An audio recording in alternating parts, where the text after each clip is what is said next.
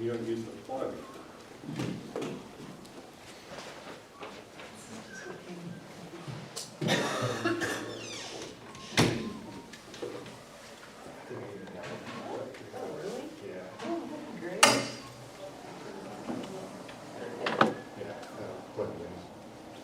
And we're going to start now. 10:45.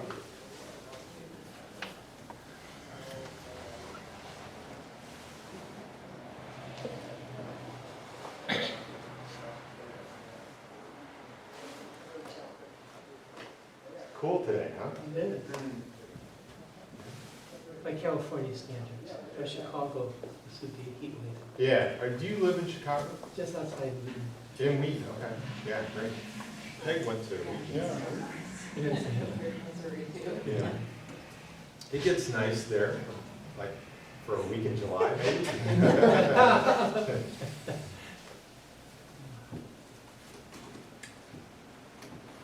Hey, Derek, I think you can pull that shut because the door, yeah, it'll get cool in here otherwise. It takes people out.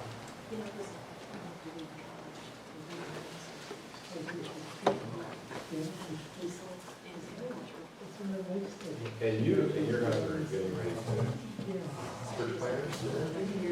What city are you targeting? Sendai, okay.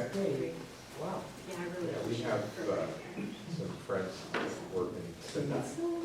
Yeah, with Word of Life. And they because we go connect with some Japanese couple.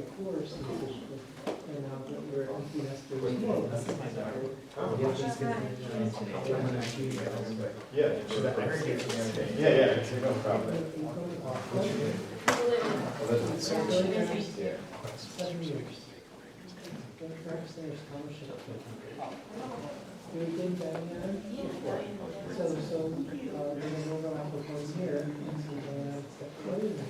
Marty, all right. I'm counting on you for humor. Is this being recorded? Yeah. But you're off camera. Yeah, but you're off camera. Just be a voice. Jacob and Chainsaw. A voice in the wilderness. Yeah. I go over occasionally to visit friends, and then I met them. So I think we're going to get started because it's about time. And I want to welcome you to the seminar on the Gospel Story-arcTM Project. My name is Randall Gilmore, and I'm here today with two of my coworkers. So Peg Clayton, and she'll have something to say in just a little bit about a resource that we use, and then also Derek Underheil, and Derek is going to speak at the end and just give a little testimony about what kind of impact all of this has had on his life and ministry as well. So you should know that all of us are focused on winning Japanese people to Christ. All three of us have lived in Japan, we've served in Japan, but it just so happens now that all three of us live here in the States and we're ministering to Japanese people here in the States. And I thought I'd just tell you quickly a little bit about myself, and I'm going to use these numbers that are on the board. I just thought that you would really appreciate, you've seen news by the numbers before? Well, this is kind of news by the numbers. And I thought about giving you a quiz to see if you could figure out what these numbers represent. But I'll just go ahead. Number one, that one is one wife. Okay, I have a wife who's been married for a long time. In fact, I've been married for 42 years. But I also put 42 up here because that's how long I've been a pastor. And I started out pretty young right out of Bible college, but it's been 42 years. I stopped serving as a pastor of a local church about 7 or 8 years ago. And even though I stopped serving as a pastor of a local church, you never stop being a pastor once you've been called to serve God in that way. So that's 42 years. 5, that's the number of sons that my wife and I have. We have 5 sons, no daughters, just sons. And all of their names begin with E, and the last one was kind of a surprise baby because there's an 11-year gap between him and his next older brother, 17 years from the youngest to the oldest. So we have Ed, Eric, Evan, Everett, and Extra. That's what we call him. Actually, his name is Elliot. 4, that's the number of daughters-in-law that I have. So 4 of the 5 sons are married. What do you think 8 represents? Thank you. Grandchildren, yeah, I have 8 grandchildren, 4 granddaughters and 4 grandsons. So, yeah, I feel like our family is about 42 every once in a while when we get together, but then 3, what's the 3 for? Yeah, I'll get back to the 3 later. So, yeah, that just tells you a little bit about who I am. And a number of years ago, while I was still pastoring, I became interested in reaching Japanese people. And when I look back, my first actual encounter with a Japanese person was when I was in grad school, back in the late 80s, early 90s. And I could have never imagined how God was going to use that experience. And then also the things that we studied in graduate school. I have a master's in organizational communication. And we actually studied the differences between communicating in Japanese versus communicating in English. So there was a lot that has kind of plowed into the way that I think and the ministry that we now have. But I wanted just to say that there are a number of differences between the way that Japanese people think and communicate and the way that we think and communicate as Westerners. And those of you who are Japanese and you've lived for a while in the West, you're a little bit of a hybrid of this. And at the same time, there's also a little bit of the fish in the water syndrome for all of us, whether you're American or Japanese, or North American or Japanese, that you don't typically realize this about yourself unless you've had a way to contrast it. But anyway, the words linear, logical, and abstract describe the way that most Westerners think. It's the way that we approach religion. It's the way that we approach sharing the gospel. So if you think about some of the gospel messaging that you've experienced, like the 4 spiritual laws, or the ABCs of salvation, or the Romans Road, things like that, those are arranged in a very linear, logical, and even abstract way. And you'll see a little bit more what I mean by abstract as we go along. That's the way we Westerners think. Unfortunately, or fortunately, that's not the way Japanese people naturally think about religion. Japanese people are very capable of thinking linearly, logically, and abstractly, and they do it all the time in the context of engineering, the sciences, maybe other fields as well, but not when it comes to religion. And I often say I know all about the idea that it's not religion, it's relationship, but the fact is we are talking about religion because we're talking about ultimate things, we're talking about God, and most people in the world consider that religious talk. So just bear with me on that. When it comes to religious context, Japanese people are much more holistic, experiential, and concrete in their thinking. In religious context and also in the context of relationships as well. And by the way, the American alphabet represents this way of thinking and its impact on our worldview. And kanji represents this kind of thinking and the impact that it has on the Japanese worldview. We could demonstrate that all day long with English words and their kanji counterparts. Their kanji counterparts to a lot of English words, very holistic, very experiential, very concrete. One of my favorite illustrations is with the word thunder and the kanji for kaminari in Japanese. Check that out sometime, you'll see what I'm talking about. So with that difference, we have right away an obstacle as we're trying to communicate the gospel to Japanese people. It's a communication obstacle. It's not a theological obstacle, it's a communication obstacle. And if they've learned anything about sharing the gospel in places around the world, it's that part of sharing the gospel is a communication event. And we have to pay attention to communication practices best practices as we share.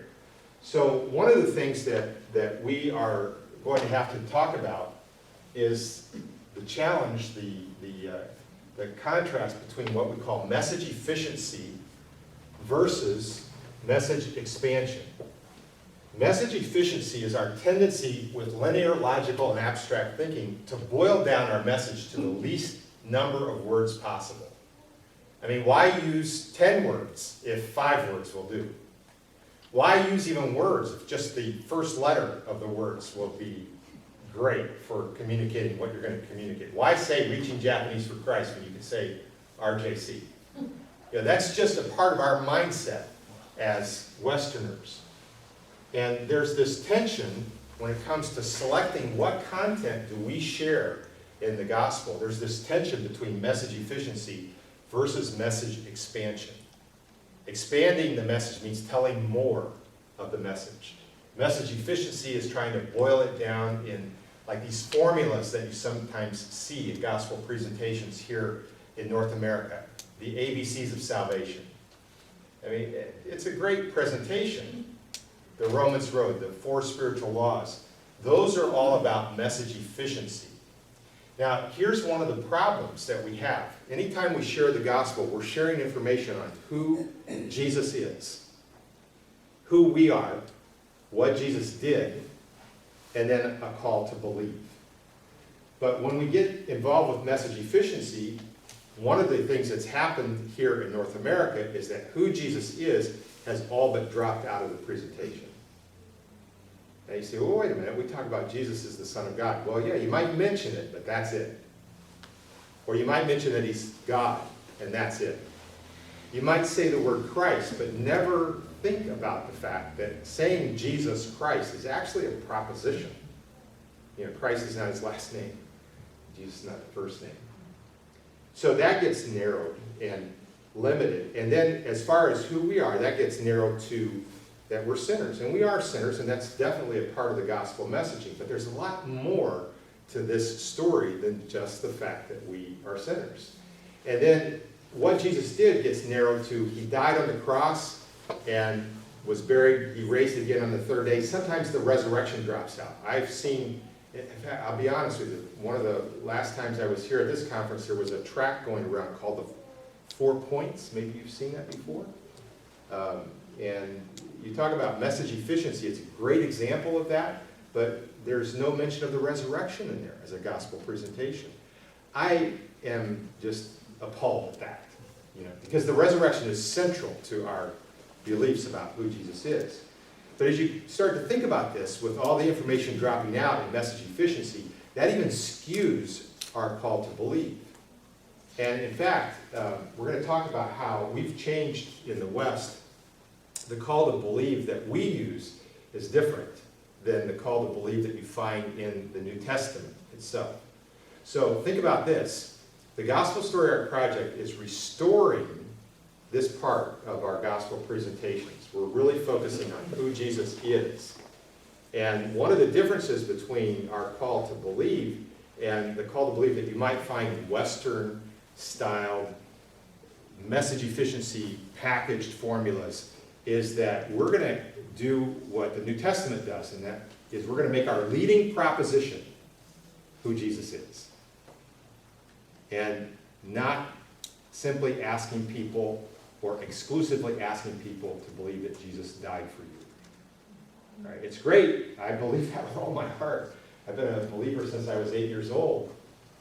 And I love Jesus. And I love the fact that he died for me. But that's not the leading proposition. I often tell people, Jesus is not the only person who died on the cross. He's not the only person that raised from the dead. So what makes his death special and unique, and what makes his resurrection special and unique, is who he is. If we leave that buried because of our value of message efficiency, our communication value, we are actually introducing some confusion and some, we're not communicating clearly as we do that. And there are a lot of other reasons why we can't use message efficiency versus message expansion. And so I want to illustrate that a little bit, but before I do that, let me just give you a little quiz, just for the sake of having a little fun here. I'm going to hold up one of these items, and I want you to say out loud, as quickly as you can, what it is, okay? So let's just start with this. Try yours. All right, you can be more simple. Marker, okay? I have to commend you because you were pretty fast. Yes. All right, so we'll try that again. Marker. And how about this? Eraser. How about this? And Yes, it's good. And this? Marker. And how about this? board. Tree. Tree. No, that's not a tree. It's a board. Picture. It's a symbol. It's a symbol of a tree. But it's not a tree. Now, listen to this. This is so important. This is so important because this is a symbol of a tree in the same way that the English word T-R-E-E is a symbol and not the tree itself. Does that make sense to you? All right, so the words that we use have something called referential identity. In other words, the word refers to the actual object that we're talking about as we use that word. So if I say the word tree, I am referring to one of these things out there, some of them in the parking lot even. And you know exactly what I'm talking about. If I say the word marker, then I'm referring to this, something like this, right? Now, when I say the word marker and I'm thinking of this, and you hear the word marker and you're thinking of this, we have what's called shared referential identity. If I say the word marker and I'm thinking of this, and you hear the word marker and you're thinking of this, we no longer have shared referential identity. Now, I can get you from thinking about this to thinking about this. I can get you there. But it takes a lot more words than just the word marker. Is this making sense to you? Okay, so one of the problems that we have with message efficiency is that in addition to the differences between linear, holistic, logical, experiential, abstract, concrete, is that a lot of the words that we use in gospel presentations, even when they're translated into Japanese, they don't mean the same thing that we mean. Beginning with God. You know, the way of referring to God since, I don't know how long exactly back, I knew the date at one time, but I think it was the Catholics who influenced calling God Kami-sama. There's no Japanese person, none, unless they're a believer, who would ever hear Kami-sama and think of the God of the Bible. None. The word sin, tsumi, the Japanese person who's not a believer is not going to think of offending the God of the Bible when they hear that word. They're going to think murder or rape or something like that. And so try that out. Try telling a Japanese person, you have tsumi in your life. And just stop there. They will say, no, don't. Are you kidding me? And so that's a real problem for us because just about all of the key words that we use in gospel presentations, in message efficiency, don't have the same meanings, even if we use Japanese, as the Japanese hear them. So what that means is that that's an argument for expanding the message, okay? So there are a lot of communication issues like that that we could talk about all day long. But I want to talk to you about story and why using story is the best way to solve this. Story is definitely on the message expansion side of things, as you can imagine. But I want to tell you how we discovered that this can be such a valuable tool. And so what I want to talk to you about is what makes a story influential according to the science of story. And when I talk about the science of story, I'm talking about a lot of research that's being done in the field of narratology, it's called. And also in the field of psychology and all kinds of fields related to that. There's research going on that shows what makes a story influential. And this is how our brains work. All of those kinds of things are sort of folding together. So for a story to be influential, it has to have a character. It has to be about a character. We care about the characters in a story. And that's what makes a story interesting to us. That character has to have a goal and a motive that makes that goal important. So both of those things are really critical. So if our story is about a man that's running to the beach as fast as he can, simply because his goal is to collect some seashells, and he's got to get there before he has to go to work, well, who cares about that? That is no big deal. But if his goal is to get to the beach because he's heard the cry of someone who's drowning, now all of a sudden we're our interest is piqued. We're listening, right? And especially if he knows that person, or if he is just, maybe there's some other issues going on between him and that person. All of that can fold into us being really, really engaged in this story. There's a character, there's a goal, there's a motive. And then obstacle is another thing, or antagonist. So the antagonist or the obstacle could be the character himself and some psychological issue that he has. Or it could be something physical. It could be another person. Maybe there is, along this path that he's running to get to the beach to save the person as fast as he can, there's just a bunch of broken glass, and he's barefoot. Okay, that sounds like an obstacle to me. And so that kind of creates some tension and makes us, again, kind of sit up and take notice of what's happening. Risk and danger are a couple of other matters that make this really important. This story, in our case, about the man running to the beach to rescue his friend. Risk is the likelihood or not of whether or not the character is going to reach his goal. And danger refers to the consequences of that goal. And by the way, one of the things that makes our telling of stories about Jesus, not just Jesus' overarching story, but stories about Jesus, one of the things that makes those stories really interesting is for us to restore the risk and danger that's there present in the story. So we get so familiar with the end of the story that we've sort of stripped away the emotions that are associated with risk and danger. And there's a lot of science that shows this is what draws people in. So we want to make sure that we're paying attention to that. Now, you take these things and you put these things into a sequence. And a sequence that's going to be coherent. It's going to make sense. And in this case, what we do with the Gospel Story-arc Project is we use something called the Freytag Pyramid. Have you ever heard of that before? Freytag Pyramid. You know what's really interesting? Your kids or your grandkids in about 5th grade learn about this these days in English class. And I wasn't in that kind of English class, but they're learning it these days.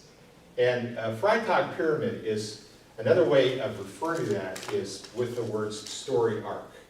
Okay, a story arc. So what this picture is about is this is a representation of a story arc versus a story timeline. Okay, so this is the timeline down here, and this is the story arc above it. A lot of people use a timeline approach to sharing the gospel. They take the Bible timeline. They begin in Genesis, and they move all the way to the end of Revelation.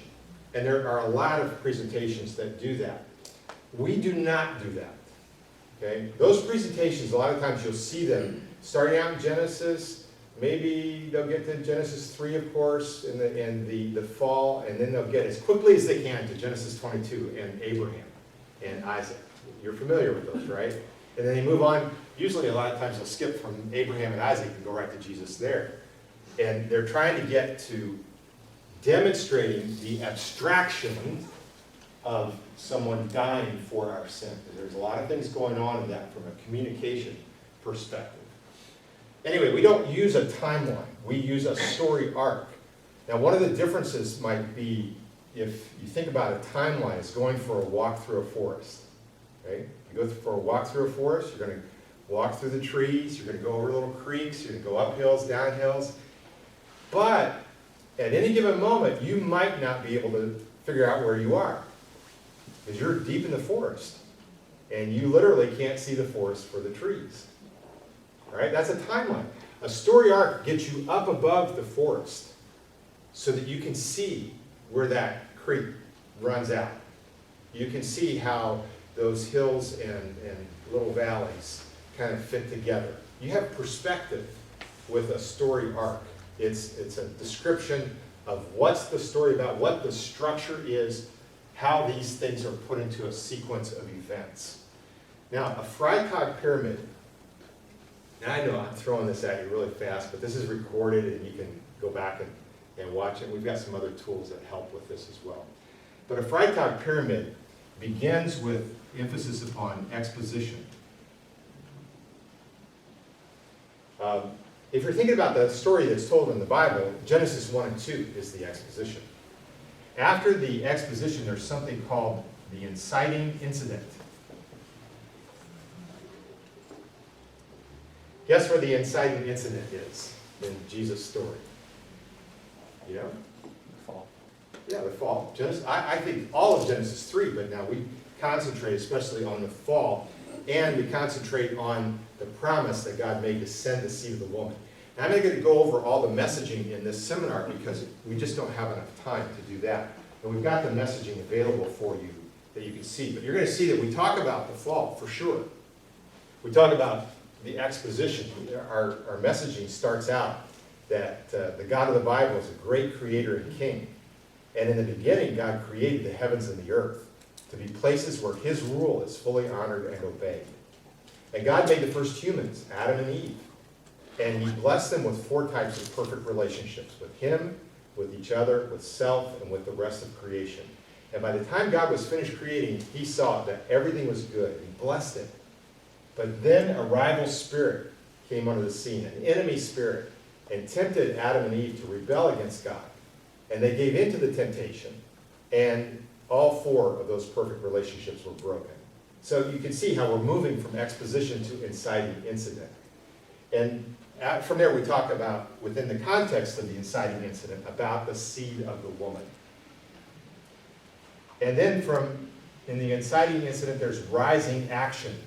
So after we've explained about the promise of the seed of the woman, and by the way, that is just a powerful, powerful promise, and you really need to get familiar with it. And don't be afraid to read into that promise the things that you know already from the end of the story. We're not expected to act like we don't know what we know when we tell the story. We can tell it in a way like every good storyteller will do that foreshadows what we're about to share with respect to who Jesus is. So you have rising action is the information from Genesis 3, starting with Genesis 4, the information in the story about the family line of the seed of the woman, about his character, that he really will be the Son of God. He'll be a king. He'll have the ministry of a prophet. He'll be a priest. All those kinds of things that we pick up from the rising action. And then there's the climax of the story. And the climax of the story is everything related to Jesus' life here on the earth. His birth, his miracles that he performed to authenticate his identity, his perfect life, and his rejection. They rejected him, and they murdered him on the cross. And we say that's the heel bruise that Genesis 3:15 talks about. And I love how we represent that. You'll see that on the cube that I'm going to give you before you go today. But of course, the story doesn't stop there because Jesus conquered death. He rose again on the 3rd day. And his resurrection marks the beginning of the crushing of the head of the serpent. Marks the beginning of that. But that's not the end of the story. So we don't stop there. Now, if we were an efficiently packaged gospel messaging, we might stop there. But isn't it interesting? That's not where the story stops. So in the Bible, it continues. What happens next is Jesus is exalted at the right hand of God the Father. Declared to be Lord as a way of saying, God saying, in effect, yes, this is the one. He's the one. He's the one I promised long ago as the seed of the woman. And he is going to remain seated until all of his enemies are made his footstool. But that's not even the end of the story.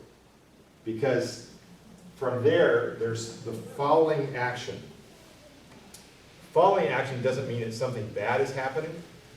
It just means that if you're plotted on an arc or a pyramid, the climax is usually represented at the peak, and now you're back on your way down, on your way up this side, on your way down on this side. So falling action. We actually live in the day of the falling action of Jesus' story, right now. You ever thought about that? It's one of the reasons why we say it's your story too, okay? Because we're part of Jesus' story right now. Now, I know there's a lot of talk about how important it is to tell our story, and I agree with that, I can see that, but we're really telling Jesus' story, and we're part of it. It's your story too. I love that tagline. My wife made that up. That's one of the reasons why I married her 42 years ago. And I think 3 is probably the number of years that we've had trouble in our marriage. I don't know. Not really. And please erase that from the tape. Anyway, I really love her for a lot of reasons, but she made that up, and give her a lot of credit for that. After falling action, there's the resolution of the story. The resolution is Jesus' return. And ultimately, Jesus returns to restore all things. But before he does that, there's a time of judgment. And the Bible says every knee will bow, every tongue will confess that Jesus is Lord to the glory of God the Father. And so that is something that we really leverage to call people to believe in Jesus. Not that we're threatening them that they're going to go to hell or anything. We're just explaining what the story is, that every knee will bow and every tongue will confess that Jesus is Lord. And that Christians do that now voluntarily. I mean, I gladly bend my knee before Jesus now and confess with my mouth Jesus is Lord. I gladly do that because of what's in my heart, the faith in Jesus that's in my heart. So, and you do the same. And we explain that it's still possible for someone to do that prior to this time of judgment at the end. And then the last thing on this story arc is called the untying. The untying is another way of saying happily ever after. It's where the story kind of extends on into the future without the total future being told. But we know that what happens here is the new heavens and the new earth. And by the way, Revelation 21 and 22, when it talks about this, you'll see references in both of those chapters to the restoration of the 4 types of perfect relationships. You'll see references there to all 4. It's really interesting. So the Bible kind of gives this neat story and does it in a way that we can recognize some structure. It's just the guy that came up with this, his name was Freitag, that came up with that way of naming the structure.